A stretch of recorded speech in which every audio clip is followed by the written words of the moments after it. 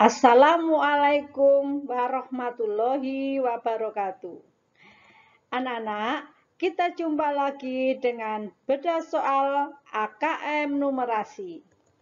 Bersama saya, Ibu Endang Yayu Sriwidastuti dari SMP Negeri 2 Candi Sidoarjo. Salam AKM, AKM bisa, sukses AKM. Mari kita mulai dengan bedah soal pertama. Ponsel merupakan media komunikasi yang lagi tren saat ini. Oleh karena pentingnya ponsel, maka perawatannya juga perlu diperhatikan. Setiap pagi, Mila mengisi daya ponsel miliknya. Grafik berikut ini menunjukkan hubungan kapasitas baterai dalam persen dengan waktu dalam menit dari pengisian ponsel milik Mila. Pertanyaannya, tentukan benar atau salah pernyataan berikut. Berilah tanda centang pada kolom yang sesuai. Nah, di sini ada 4 pertanyaan. Nanti kalau pernyataannya benar, maka kalian harus memberi centang pada tanda benar. Kalau pernyataannya salah, maka berilah tanda centang pada pernyataan yang salah. Untuk dapat menentukan pernyataan ini benar atau salah, maka kalian harus memperhatikan tabel hubungan antara waktu yang dibutuhkan dalam menit dengan daya baterai dalam bentuk persen. Waktu dalam menit dinyatakan pada sumbu X dan daya baterai dalam persen dinyatakan pada sumbu Y. Mari kita lihat pernyataan yang pertama. Pada saat pengisian daya dimulai, persentase kapasitas daya baterai sebesar 30%. Nah, perhatikan grafiknya. Saat fungsi X sama dengan 0, berpasangan dengan Y sama dengan 30. Atau koordinat 0,30. Artinya, pada saat pengisian daya dimulai, persentase daya sebesar 30%. Nah, dengan demikian, pernyataan pertama benar. Maka kita beri tanda centang pada kolom benar. Sekarang mari kita lihat pernyataan yang kedua. Pada pengisian daya ponsel hingga penuh tersebut, Mila membutuhkan waktu 100 menit. Nah, kita perhatikan grafiknya. Grafik untuk Y sama dengan 100, artinya daya baterai mencapai 100% atau penuh, terlihat berpasangan dengan X waktu 84 menit. Artinya, setelah 84 menit, maka pengisian daya baterai akan mencapai 100% atau penuh. Dengan demikian, kalau di sini pernyataan 2 dinyatakan 100 menit, maka pernyataan nomor 2 ini adalah salah. Maka kita beri tanda centang pada kolom salah. Sekarang kita lanjut dengan pernyataan yang ketiga. Setelah 36 menit pengisian daya, kapasitas baterai Mila terisi 60%. Perhatikan grafik fungsi untuk X 36. Ini menunjukkan waktunya 36. Nah, berpasangan dengan sumbu Y yang menunjukkan daya baterai adalah 60%. Dengan demikian, pernyataan nomor 3 benar. Maka kita beri tanda centang pada kolom benar. Bagaimana dengan pernyataan yang keempat? Kapasitas baterai Mila terisi 80% setelah ponsel diisi daya selama 72 menit. Nah, perhatikan grafik fungsi. Y 80%. Saat daya terisi baterai 80%. Nah, berpasangan dengan sumbu X 60. Artinya, setelah 60 menit, maka baterai akan mencapai daya sebesar 80%. Kalau pernyataan 4 ini menyatakan kapasitas baterai Mila terisi 80% setelah daya 72 menit, maka pernyataan keempat ini adalah salah. Kalian harus memberi tanda centang pada kolom salah. Mari kita lanjut dengan bedah soal yang kedua. Pada soal yang kedua ini masih berkaitan dengan soal yang pertama, yaitu pengisian daya ponsel Mila. Setiap pagi, Mila mengisi daya ponsel miliknya. Grafik di bawah ini merupakan grafik kapasitas baterai dalam persen dan waktu dari pengisian ponsel Mila. Sumbu X menyatakan waktu untuk pengisian ponsel, sedangkan sumbu Y menyatakan daya baterai dalam persen. Pada pukul 9, Mila mengisi daya ponselnya agar dapat digunakan dengan baik. Jodohkan ruas kiri dengan ruas kanan berikut sehingga menjadi pernyataan yang benar. Model soal kedua ini merupakan soal menjodohkan. Jadi, pada soal AKM tidak selalu pilihan ganda. Bisa berbentuk pilihan singkat, uraian singkat, seperti soal nomor 1 tadi, menjawab benar atau salah, atau mungkin juga menjodohkan seperti soal nomor 2 ini. Pada soal nomor 2 ini, ada dua pernyataan. Pernyataan pertama, pernyataan kedua. Kalian disuruh menjodohkan dari 5 pilihan berikutnya ini. Perhatikan pembahasan soal tersebut. Pada soal ini, menguji kemampuan dalam penalaran pola bilangan, relasi, fungsi, khususnya terkait dengan fungsi linier, grafik, dan sifat-sifatnya. Perhatikan pernyataan yang pertama. Waktu selesai pengisian ponsel hingga penuh jika daya baterai yang tersisa 20%. Nah, pada saat daya baterai mula-mula 20%, artinya daya yang harus kita isi sebesar 100% dikurangi 20%. Sama dengan 80%. Sekarang perhatikan grafik fungsi yang melalui 0,30. Artinya, saat waktunya menunjukkan 0, maka daya baterainya 30%. Dan pada saat waktu 12 menit, maka daya baterai yang terisi 40%. Artinya, untuk mengisi daya sebesar 10% dari 30 ke 40 dibutuhkan waktu 12 menit. Jadi, untuk daya sebesar 10% dibutuhkan waktu 12 menit.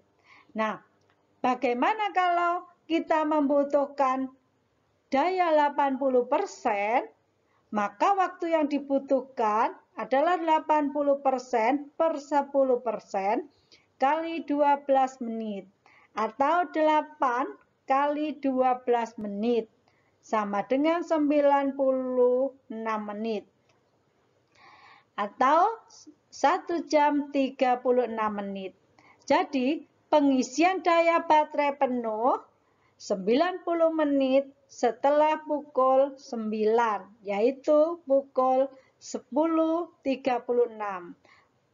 Maka kita jodohkan pernyataan pertama dengan B. pukul 10.36. Kita pasangkan yang benar. Sekarang mari kita lihat pernyataan yang kedua. Waktu selesai pengisian ponsel hingga penuh jika baterai dalam keadaan habis total atau 0%. Daya baterai 0%, artinya kita harus mengisi penuh 100%. Untuk mengisi daya 100%, berarti dibutuhkan waktu 10 kali 12 menit, sama dengan 120 menit atau 2 jam. Jadi baterai tersebut akan penuh dari 0%, membutuhkan waktu 120 menit. Jadi 2 jam setelah pukul 9, yaitu pukul 11. Maka pernyataan yang kedua ini kita pasangkan ke D, yaitu waktu selesai pengisian ponsel hingga penuh jika baterai dalam keadaan habis total atau 0% adalah pukul 11. Sekarang mari kita lanjut dengan bedah soal yang ketiga. Hani ingin membeli sepatu A dan tas B di salah satu toko di Sidoarjo. Harga yang tertera di sepatu A dan tas B tersebut semuanya sama di berbagai toko. Dalam rangka hari ulang tahun kemerdekaan Republik Indonesia, toko-toko tersebut memberikan diskon. Berikut ini diskon yang diberikan beberapa toko. Antara lain, Toko Matahari, Ramayana, Borobudur, dan Trendy. Harga sepatu A semuanya sama di semua toko, yaitu 150.000. Sedangkan tas B harganya 120.000. Harga sepatu dan harga tas di semua toko tertera sama. Tetapi masing-masing toko memberikan diskon yang berbeda seperti tabel tersebut. Berdasarkan penjelasan di atas, nyatakan pendapatmu tentang pernyataan berikut. Berilah tanda centang yang sesuai dengan pendapatmu. Tentunya pendapatmu nanti yang benar. Nah, kalau salah ya kita beri tanda centang pada salah. Di sini ada 3 pernyataan yang harus kalian selesaikan. Nanti kalau benar, beri tanda centang pada benar. Kalau salah, beri tanda centang pada kolom salah. Pada soal nomor 3 ini, merupakan materi dari aritmatika sosial yang telah kalian pelajari waktu kelas 7. Nah, bagaimana cara menentukan diskon dan berapa yang harus dibayar jika barang tersebut mendapatkan diskon atau potongan harga. Cara menghitung harga yang harus dibayar setelah mendapat diskon atau potongan harga seperti berikut ini. Misalkan, Toko Matahari memberikan diskon 10%. Maka, harga yang harus dibayar adalah 100%, persentase harga semula, dikurangi potongan harga atau diskon 10%, kalikan dengan harga semula.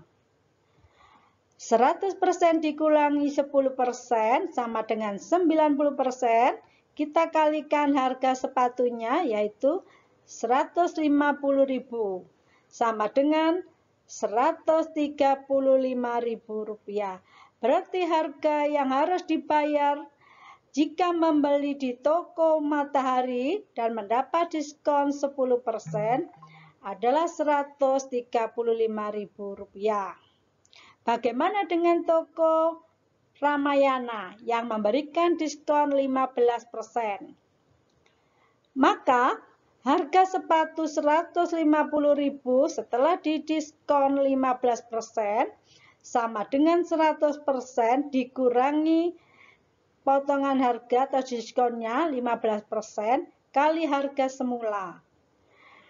100% dikurangi 15% sama dengan 85%.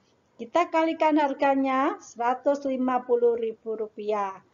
Sehingga sama dengan Rp127.500. Jadi harga yang harus dibayar pada toko Ramayana jika membeli sepatu A harga Rp150.000 dan mendapat diskon 15% adalah Rp127.500. Bagaimana dengan toko Borobudur yang memberikan diskon 20%? Toko Borobudur harga sepatu A Rp150.000. Setelah didiskon 20% sama dengan 100% dikurangi 20% kali harganya semula, yaitu Rp150.000.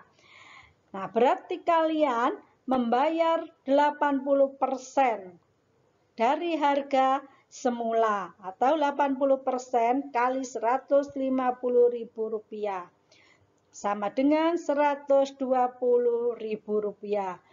Jadi untuk membeli sepatu A seharga Rp150.000 dengan mendapatkan diskon 20%, kalian harus membayar Rp120.000. Bagaimana dengan toko trendy? Nah, kalian bisa menghitung dengan cara yang sama seperti itu, sehingga diperoleh harga yang sudah didiskon pada toko trendy adalah Rp112.500. Begitu pula untuk harga tas setelah didiskon, kalian bisa menghitungnya dengan cara yang sama seperti contoh tadi, sehingga diperoleh harga setelah diskon.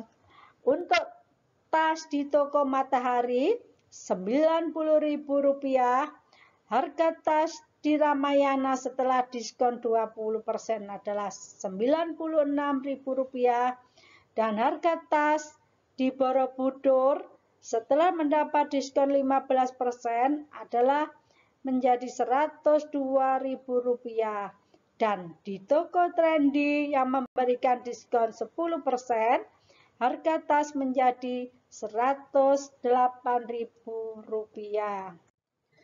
Nah, dari hasil perhitungan tadi diperoleh tabel harga setelah didiskon seperti berikut ini.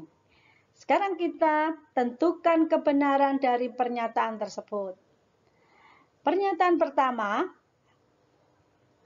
harga sepatu A yang paling mahal di toko Matahari. Perhatikan harga sepatu dari toko Matahari menjadi Rp135.000, toko Ramayana Rp127.500, Borobudur menjadi harganya Rp120.000 dan toko trendy Rp112.500. Ternyata harga yang paling mahal adalah pada toko Matahari. Maka pernyataan harga sepatu A paling mahal di toko Matahari adalah benar. Sekarang kita lihat pernyataan yang kedua. Selisih harga sepatu A di toko Matahari dan Borobudur adalah Rp17.000. Selisih adalah mengurangkan dari yang besar dengan yang kecil.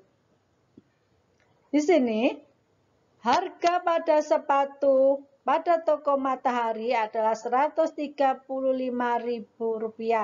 Sedangkan harga pada toko Borobudur, harga sepatu A Rp120.000.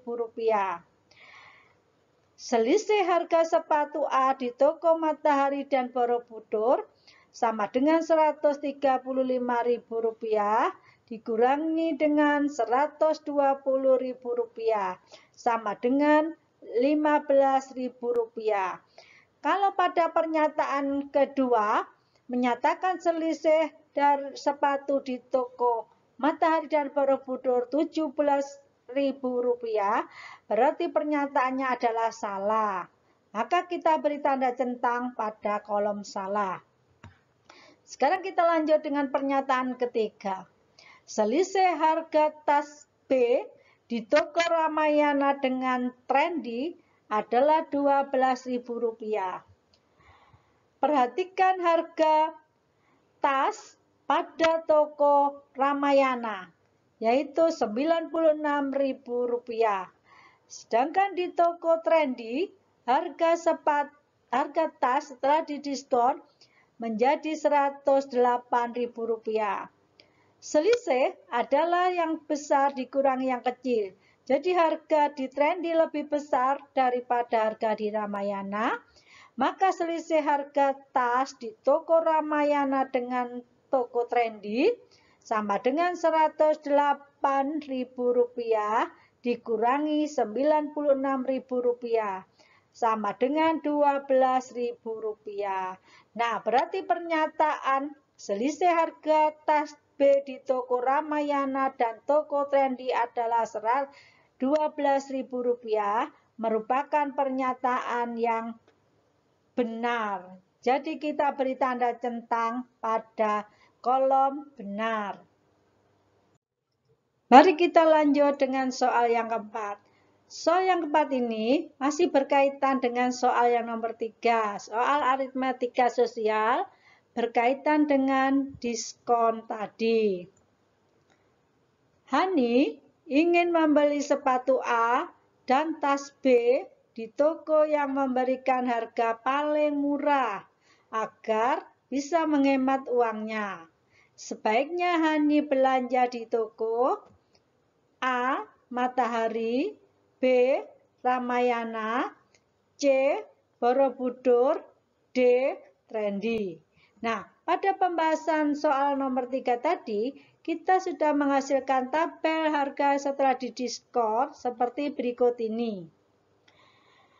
Maka, jika Hani ingin membeli di toko Matahari, maka harus membayar harga sepatu setelah didiskon adalah Rp135.000 dan harga tas B setelah didiskon Rp90.000. Jadi total harga setelah didiskon kita jumlah keduanya sama dengan Rp225.000.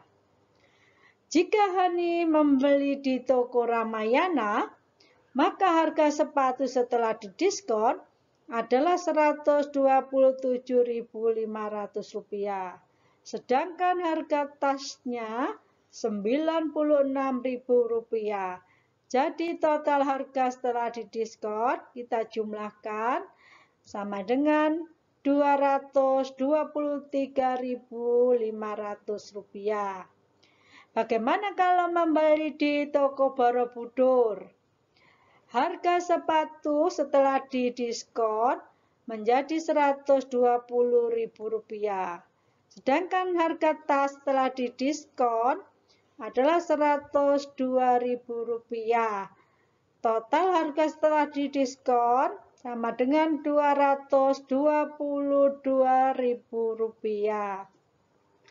Dan jika belanja di toko Trendy, harga sepatu menjadi Rp112.500. Sedangkan harga tas setelah didiskon menjadi Rp108.000. Jadi total harga setelah didiskon pada toko Trendy adalah Rp220.500. Berdasarkan tabel harga di atas, total harga yang paling murah atau paling sedikit setelah didiskon adalah Rp220.500, yaitu pada toko Trendy. Jadi, sebaiknya Hani berbelanja di toko Trendy karena yang paling murah. Mari kita lanjut soal yang kelima. Dalam sebuah gedung pertunjukan, terdapat 10 baris kursi. Pada baris pertama terdapat 11 kursi. Baris kedua 14 kursi. Baris ketiga 17 kursi. Baris keempat 20 kursi. Baris kelima 23 kursi dan seterusnya. Mengikuti pola yang sama. Tentukan pernyataan berikut berdasarkan informasi di atas dengan memberi tanda centang. Di sini ada 3 pernyataan. Nanti kalian diminta memberikan tanda centang. Jika pernyataannya benar, berilah tanda centang pada kolom benar. Sedangkan jika pernyataannya salah, berilah tanda centang pada kolom salah. Nah, banyak kursi pada gedung dapat kita nyatakan dalam bentuk tabel sebagai berikut. Baris ke-1 atau baris pertama terdapat 11 kursi. Baris kedua 14 kursi. Baris ketiga 17 kursi. Baris keempat 20 kursi. Baris kelima 23 kursi dan seterusnya. Ternyata ini mempunyai pola yang sama, yaitu dari satu baris ke baris berikutnya selalu bertambah 3. 11 tambah 3, 14. 14 tambah 3, 17. 17 tambah 3, 20. 20 tambah 3, 23, dan seterusnya. Maka bilangan ini merupakan barisan aritmatika. Nah, dengan pola tersebut, kita dapat menentukan berapa banyak kursi pada baris berikutnya. Baris ke-6 sama dengan 23 ditambah 3, 26 kursi. Pada baris ke-7 sama dengan 26 ditambah 3, sama dengan 29 kursi. Baris ke-8 sama dengan 29 ditambah 3. 32. Baris ke-9 sama dengan 32 tambah 3, 35. Dan baris ke-10 atau baris yang terakhir sama dengan 35 ditambah 3, sebanyak 38 kursi. Bilangan ini membentuk barisan aritmatika dengan beda atau selisih 3. Nah, bagaimana dengan jumlah seluruh kursi pada gedung pertunjukan tersebut? Maka kalian bisa menjumlahkan banyak kursi pada baris pertama, baris kedua, baris ketiga, sampai dengan baris ke-10. Sehingga 11 ditambah 14, ditambah 17, dan seterusnya, sampai ditambah dengan 38. Sama dengan 245. Jadi jumlah seluruh kursi pada gedung pertunjukan tersebut adalah 245 kursi. Sekarang mari kita lihat pernyataan pertama. Banyak kursi paling belakang, ada 38 kursi. Baris paling belakang itu adalah baris ke-10. Nah, ini baris ke-10. Banyak kursi 38. Jadi pernyataan pertama adalah benar. Kita beri tanda centang pada benar. Bagaimana dengan pernyataan yang kedua?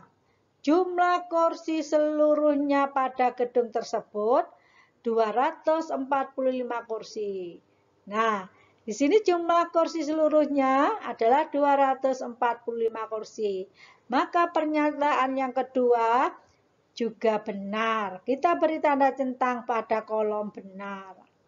Sekarang pernyataan yang ketiga. Jika kursi terisi semua dengan harga tiket per orang Rp25.000, maka pendapatan yang diperoleh adalah Rp6.100.000. Jika kursi terisi penuh, harga tiket perorangannya Rp25.000, maka pendapatan yang diperoleh adalah kita kalikan yaitu 245 kali harga tiket Rp25.000 sama dengan Rp6.125.000. Kalau pada pernyataan 3 dinyatakan jika kursi terisi semua, harga tiket yang terjual adalah Rp6.100.000, maka pernyataannya adalah salah. Yang betul adalah Rp6.125.000. Demikian bedah AKM kali ini. Sampai jumpa pada bedah AKM numerasi berikutnya. Selamat belajar, semoga sukses. Terima kasih. Wassalamualaikum warahmatullahi wabarakatuh.